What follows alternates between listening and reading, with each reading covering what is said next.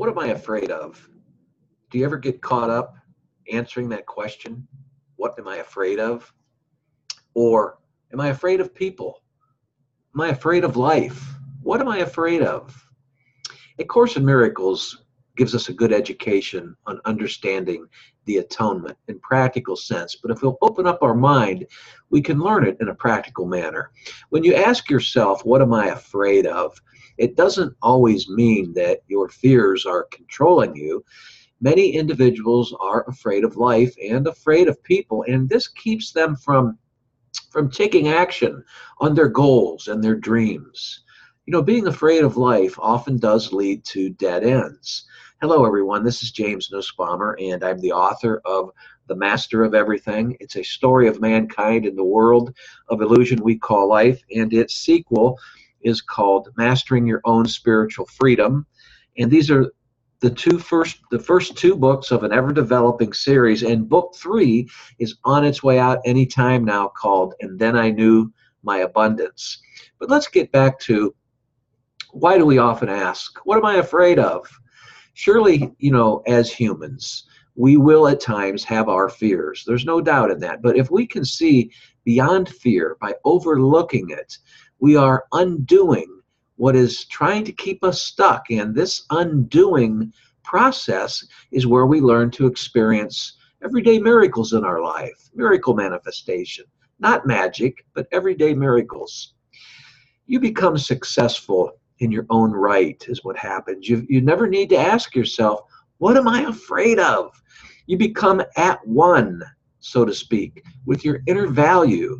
You become, and you are, divine.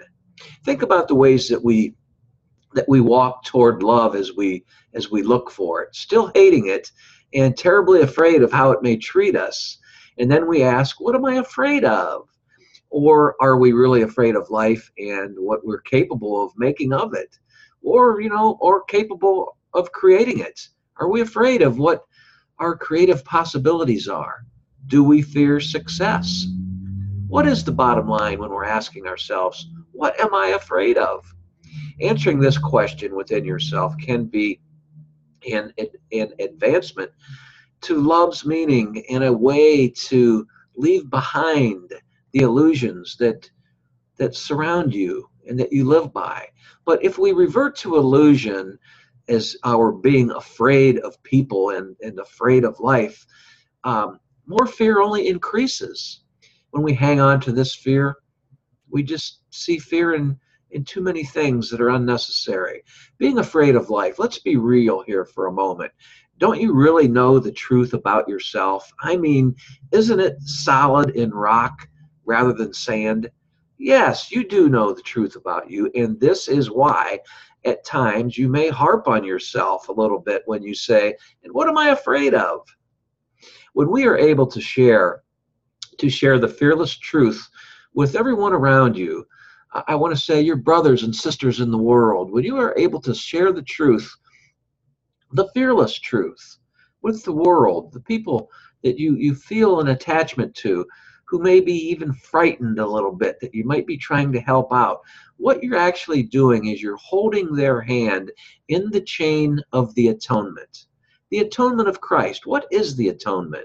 Or, you know, we may easily understand atonement as the awakening process by undoing what never was and our fears of it. And when we undo what never was, aren't we forgiving it? The Course in Miracles states, heaven is restored to all the sonship through your relationship, for in it lies the sonship, whole and beautiful, safe in your love. Think of it this way. Think of 3 words. The first word, at, the second word, one, and the third word, the ending is not really a word, but ment, M-E-N-T, at one ment. That's the atonement, meaning bringing things together as one, at one ment, as in our awakening and our return to the oneness within God. With this chain of minds linked together, we can confidently say, this is our connection, or our link, if you will, with Jesus, our model, who is our model for one-mindedness and our elder brother, we can say, leading the way in the reawakening of minds, the reawakening process called atonement. Look at the atonement. Try to see the atonement this way, as uniting with the Christ mind, as God's whole son or God's whole child within his whole mind. You know, when we say the Son of God, we're not really, in traditional terms, the Son of God, we're not really indicating an individual, male or female.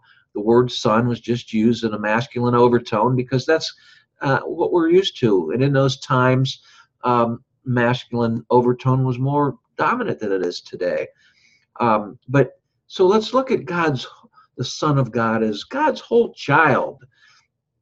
And being afraid of people ends when we can see it that way, when we're all interconnected together as one, at one atonement.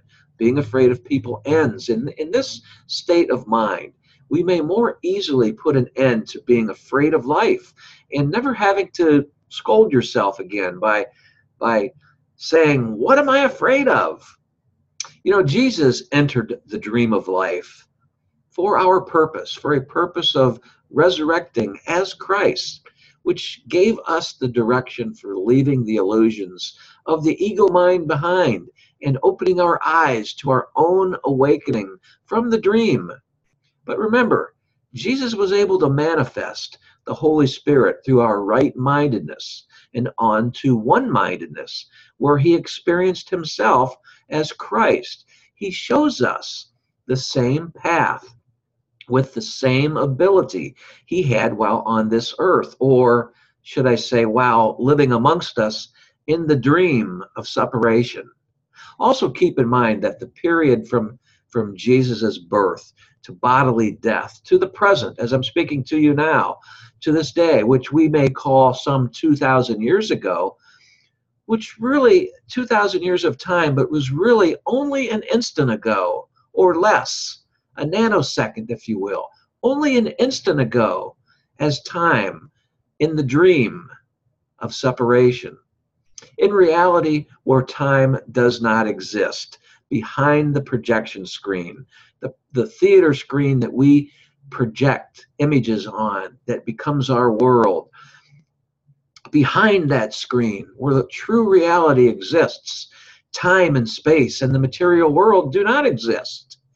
Here is why we never need to be afraid of life. But the Holy Spirit uses time while we're in this world. He uses time while we're in the dream of separation for the process of healing and reawakening. The atonement of Christ, the atonement of Christ. The Course in Miracles helps us to see that Jesus lives on in the Christ mind and is at the beginning of the atonement of Christ, a procession line, if you will, a procession line in union, leading us to the altar where we awaken as one whole child of God within the mind of God, total and complete oneness, no separation involved. The altar is where God stands as one mind for us to awaken to and to realize. You know, right now, the oneness of mind surely is there. It's never went away. It's just that a part of it sleeps, and that's where we dream of life in this world. It's when we lose our faith in this process that we slip back into darkness and have problems in our life, and where we have to ask, what am I afraid of? This occurs due to our too much bodily focus. In other words, our unwillingness to look beyond, and the result is the projection of the body as who we are. The Course in Miracles asks us to contemplate life here on earth by this simple question: does not a world that seems quite real arise in dreams? The bodily image allows us to temporarily remain a projection. When we can learn to see beyond this projection without fear, without being afraid of life, we see Christ in ourselves. This is our holiness. This is the power of our mind, or the power of your subconscious mind, if you will. It only requires our desire for the truth of who we are. Now, let me ask you one question before we end here. Truthfully now, how do you see yourself? How you answer this just may set you free for success, or it may imprison you in fear. Here's to undoing your fears in life. And if you've enjoyed this thought-provoking video, please click and subscribe to my YouTube channel. And if you would like to subscribe to my Everyday Miracles Mastermind newsletter, the link to my safe website, to the actual article version of this video blog is in the description box down below at YouTube. By clicking on that, it will take you to the written version, the article version of this video that's been transcribed into an article. And at that blog article, you will find plenty of opportunity to click where you can investigate the Everyday Miracles newsletter. And if you're already at the blog site while you're watching this video, because it's posted there, then you'll know that you'll see many opportunity there, many links to click on to lead you to information on the Everyday Miracles newsletter. And in my newsletter, it's a mastermind group where you, the reader, and I, the author, we bring our mind together for self-success in a better world. So now I hope that you're deciding to live in this world while just ending being afraid of life and never having to ask, what am I so afraid of? Thanks for listening to me, and I hope the best for you. And maybe we'll connect one of these days up the road. Thanks again, and God bless.